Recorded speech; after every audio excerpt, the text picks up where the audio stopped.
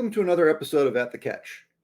I'm really excited to share an incredible story from my new friend Gabriel about how he came to discover rowing and then lost 85 pounds along the way.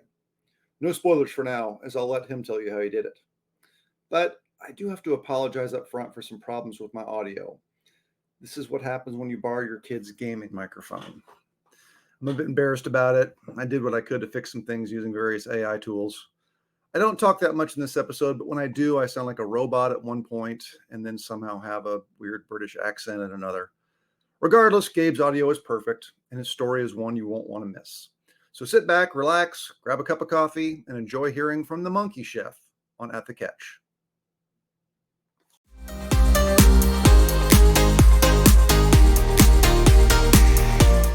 Hi there, and welcome to another episode of At the Catch. This week, we have someone you may have seen his post on the Ergatta Facebook group. His name's Gabriel, and he's got quite a story to tell. Welcome. Hello, good morning. All right, so tell us a little about yourself. Well, um, I'll talk about let's say what I do. I mean, I'm a chef. I've been in my career now for 28 years. So being a chef, and I'm always around really good food. My job is to eat. I have to taste everything my cooks make, taste everything that's being served, and it's kind of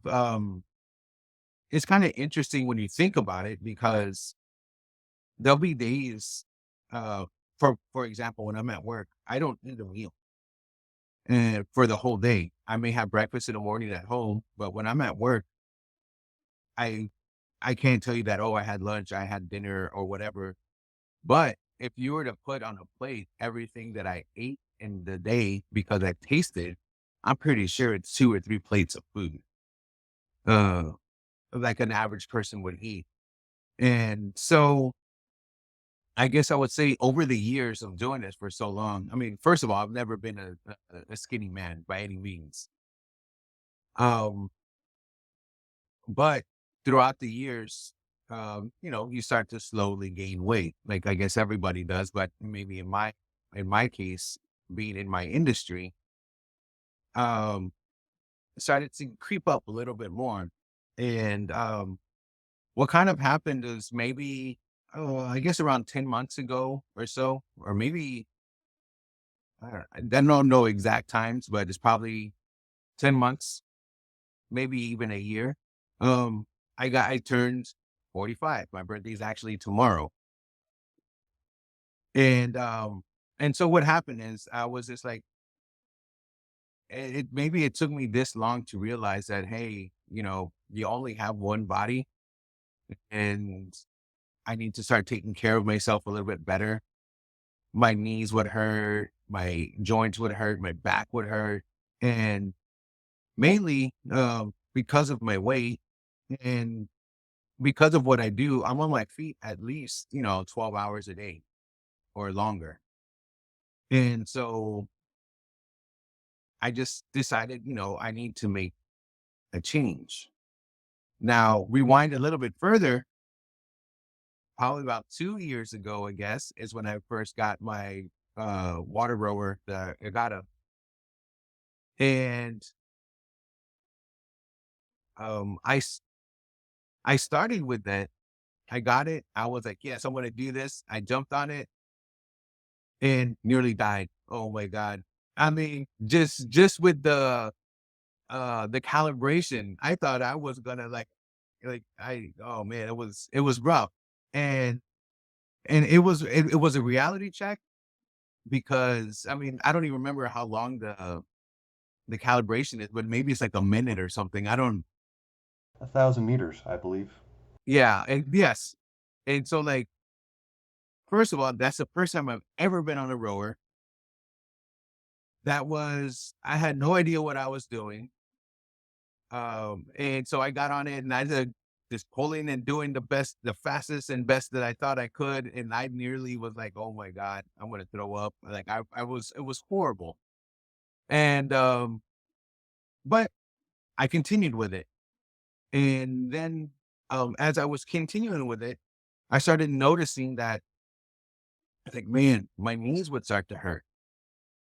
And it started to hurt mainly because at that point I was about 308 pounds or so. And so with 308 pounds, I'm carrying around this big belly. And so this belly, my belly was affecting how I was rowing. So I couldn't come all the way forward because my stomach was in the way. And so I had to like bow out my knees every time I was coming forward. And so I would still go back and forth. Like I couldn't row as much as I wanted to because it hurt my knees. And so then give I'd go back and forth on the machine over the next couple of years. I'd get on it, I'd stop, I'd get on, I'd stop. And then finally, like I said, around 10 months ago, I made the conscious decision that, look, man, I need to do something. I I got up to like 308, 309 pounds roughly. And so started on my physical diet. You know what I mean? So I started cutting my portions down. At work, I was very conscious of what I was eating and tasting. And and so with that, I started to lose a little bit of weight just on my portion control and what I was eating. And once once I lost like around 20 pounds with with that, and I was growing, but not as much, very little. I noticed all of a sudden it's like, man, my knees aren't hurting me. And then I started noticing when I was rowing that my knees were not bowing out. And I was like, wow, this is what was making my knees hurt. And so once that happened, it was like a game changer, really. And so then I just started rowing uh, mm, 3 days a week, 4 days a week, and I limited myself to between 10 and 15 minutes a day. And I know that that is not much compared to when I see everybody else rowing. But for me, it was the fact of just being uh, physically active, doing something and making it a routine. It's still a routine now. Every day before I go to work, I row. It doesn't matter. I make the time to do it. And now, um, I started like 10, 15 minutes, and now I row like 20 to 30 minutes a day. And um, uh, it's it's really changed every part of my life as far as my physical being and even mentally, because when you're rowing and you know as well as I do, it's like you have nothing to do but think. You know what I mean? Because you're just thinking about everything possible. And watching that for me, um, I'm a very much a creature of habit, and I have not explored into nearly probably 2% of what is actually on there, the content that it has. I've had it for a very long time, and I've always stuck with the meteor workout because to me it's very basic, and it's very straightforward. And so um I do the same, like probably 10 workouts, and I stick with them, and I look for, if I'm doing a 20-minute workout, it's like I go to 20-minute, the furthest distance. So I try to do as much as I can in the time that I have to row. So consistency is key to routine. Do you feel better every day in getting that morning workout in? Yes, it's what's weird is that, for me, I've always heard people like, "Oh, well, I didn't go to the gym today, so I feel sluggish." I'm like, "Man, shut up." You know what I mean? Like, whatever. And then now I'm that guy. I'm that guy that's like, man, I try not to row 2 days a week just to give myself a little bit of break. Mhm. And so on those days though, I'll be sluggish or just not feel right. And then I'll be like, man, I should have rode today. And I'm just thinking to myself, wow, I'm that guy now, and for me though, when I row, um, it is a chore. Yeah, I mean, I do have fun doing it, but when you're done, that's when you feel great. And for me, it's like it's a good beginning of the day for me to go to work and I feel ready to go. I'm not uh, I don't know how to explain it. Well, It is better. literally, you're getting your blood pumping, right? Right. And what better way to start your day? I mean, not everyone's a morning exerciser. I get that. Um, but you've definitely found your routine. Awesome that you're staying with it. Now, will you work up to 6 days a week? Yeah. I don't know. I mean, I probably will. And I think probably what just because of like how I feel on days that I don't, even if it's like a 10-minute row or something just really quick, um, I think that it'll probably be better for me. Mhm, And um and ultimately, like I was saying, the rowing now as much as I have been, and it's over the past 9 months or whatever. I mean, I've lost a total of 85 pounds. And between rowing and watching what I'm eating. But I'll say that it has done more than that as far as um my blood pressure, mhm, my cardio is it's extremely different now. And especially, nowadays with us, everybody wearing some sort of smartwatch that can tell you your heart rate and your resting heart rate and all of those things. And I mean, my resting heart rate prior to losing weight was pretty bad. I mean, we're talking like 80, 75, mhm. and now it's at 55 is my resting heart rate. And looking at because I would take pictures of my workouts like on the screen and looking at me when I was doing those when I was 300 pounds and I had a heart monitor on it, looking at my heart rate, and then looking at it now, we're talking a significant difference. Not uh not a little bit. We're talking like where before maybe my heart rate during the workout would be like 100 and 40, 150, like something ridiculous. To now seeing that I did the same workout and my heart rate's at 110 beats or 108. And so it's really done a lot.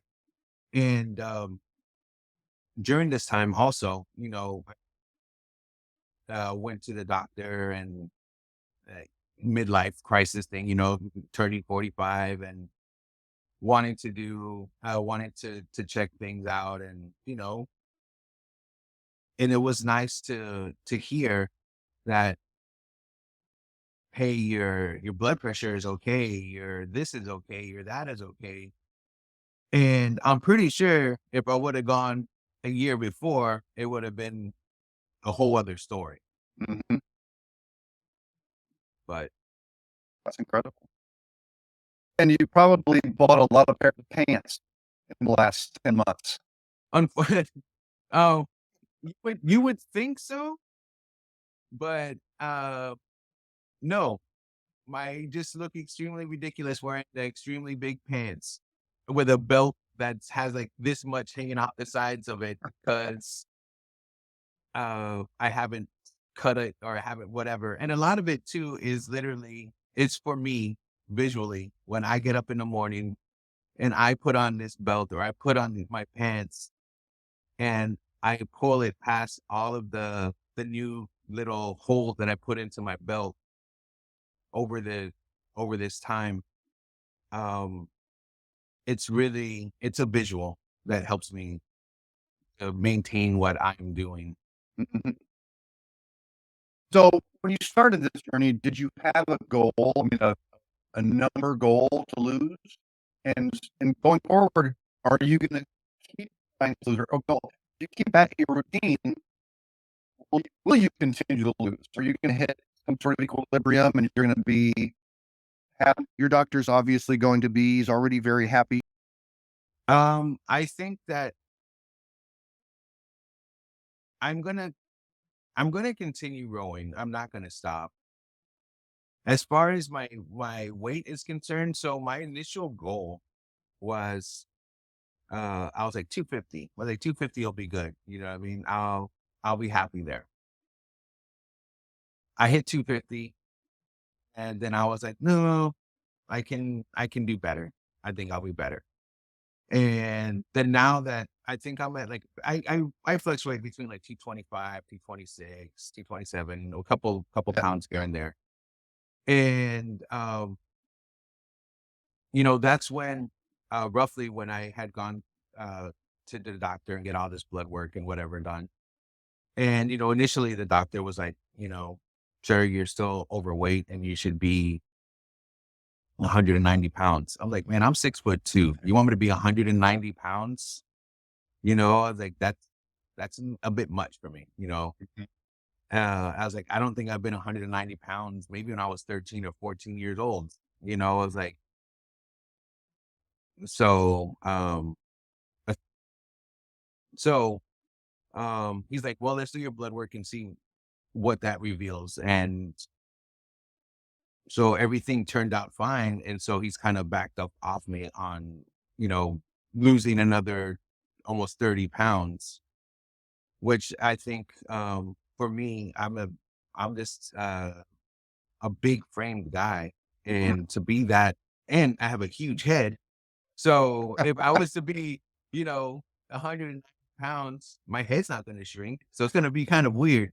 So, um, so like I said, I think that, um, I'm happy where I'm at right now. I feel great. I feel, um, I feel very healthy, and I don't know how to describe it other than that. It just wasn't normal for me that if I had to run up a flight of stairs or I had to do something like that, that I'm trying to catch my breath. That didn't It didn't make any sense to me. It made sense because I was very large, but it wasn't right. And and so now maybe I'm not sure. Maybe I have hit like the wall or whatever it may be, because I'm still following my normal routine. I'm still um, watching what I eat more or less. Um, but I'm pretty much maintaining where I'm at. I'm not losing any weight. I'm not gaining any weight. But um, I will notice though that I'm still having to poke another hole in my belt, even though my weight on a scale is not changing, but More I'm follow still is. Yeah. I'm still losing, maybe I'm losing like weight, inches around my waist, or I'm noticing like, wow, I've never noticed my legs looking like this. I have like these like more definition, and I have like dimples where I didn't have dimples before. I don't know how to describe what I'm saying, but you know what I'm saying? Like in your legs, like there's more shape to it. Yeah. It isn't just a log. Did we ask your wife to come on and give her a segment? Yeah, so Actually, that's the question I had for you is people that have known you for years, what do they say? And do they say, what did you do? Did you tell them the secret to your success? I have, and for me, I mean, going back a little bit, how I even bought this uh a water rower, the Ergatta, is that like most of us, we try to manage our time. And because, like everything, everybody's always so busy for everything. We try to make things convenient as fast as possible. So for me, I just did my research and tried to figure out what is the best exercise that I can do to engage as much muscles in my body that doesn't involve a swimming pool, because I don't have a swimming pool. Hmm. Uh, so that led me to a rower. And so then once I started looking into the rowing machines, I did more research, and then I was like, man, the water rower sounds cool because literally sounds awesome. Hmm. So I started looking into that. And then I started looking into the Ergatta, because I was just like, I am not the type of person who takes direction or orders well from somebody barking at me. If somebody's yelling at me and, do this and do that, and, I need you to move faster and roll, that is not encouraging to me. Yes. What is when I started looking at the screen and the programs and seeing that it's more like a video game and it's more competition with yourself, Hmm. that's what attracted me to it. And man, do I get pissed off when I miss a bonus, or, and or I actually roll a little bit too hard and I go over it. I'm like, oh, you know what I mean? And that is like every single time. And I can be running out of breath and I can be ready to just like feel like I'm gonna keel over, but I see I'm maintaining what that little thing tells me to stay in that area. I'm staying in there Yep. and I'm trying my hardest. And um so that is what works for me. And that's why I went that direction. And um like I'm saying, we and the fact that I bought it's in the bedroom. Guess what? When I wake up, that thing is looking at me. You're not it isn't a gym far away somewhere that, I don't feel like going today. And then you have to get ready, you have to grab your bag, you have to do this. I mean, I'll jump right on it and start working and start rowing, and then I'm done. I think a lot of what you just said, you're preaching to the choir, and you are not alone in many of your thoughts and routines. It's great. Um, Let me ask you this: do you keep your rowing machine down, or do you ever put it up against the wall? I'm very fortunate enough that we have a large bedroom, so it stays down. It stays down all the time. And funny enough, like probably a couple months ago, I was talking to my wife and telling her, it's like, man, this is getting so much easier. I feel great. And she goes, why don't you add more water to it? And then I was just like, oh yeah, that's right. So then I added a gallon of water to it, and oh man, that was like uh it instantly made all of my workouts way harder and just better. I mean, it was good. It was a good thing. And I don't know why, like I just forgot about it. I forgot about adding more water to it. And it is awesome now. It's like I don't remember I was probably at probably the second lowest setting, and now like I raised it up like three more settings. Okay. And I don't remember what number it is exactly, but uh it's great. It's great. Okay. All right. Well, people are going to be very curious now about start following you. So, what's your rival name? uh my rival name on there is Monkey Chef. Monkey Chef. Huh? Yeah. And Monkey Chef because I mean, well, long story, but I used to have some people, other cooks, who would just call me the monkey boss. And I considered most of my cooks monkeys in a very endearing way.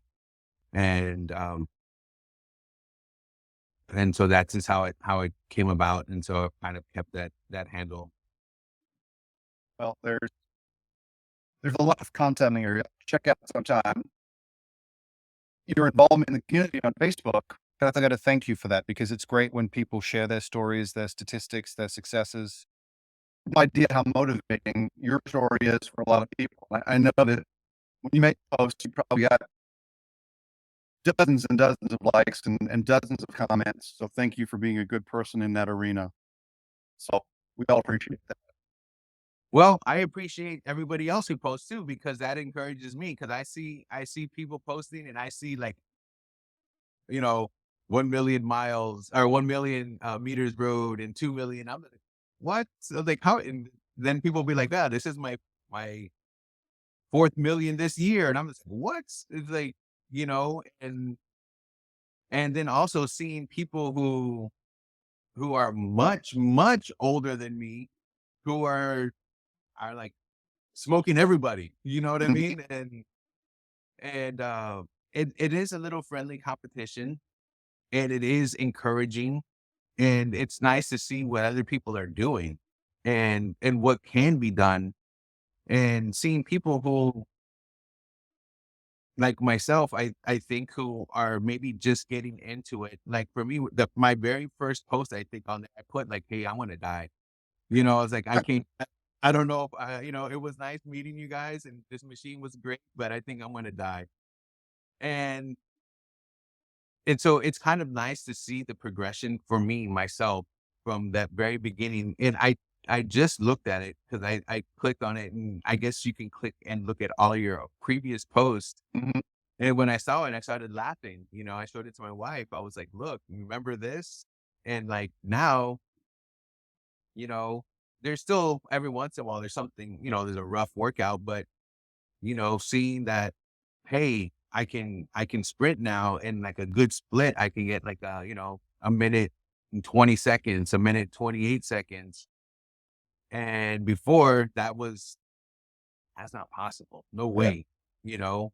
And it's been nice seeing the progression and nice physically seeing the change in uh my core, in my legs and my arms and cardio, everything.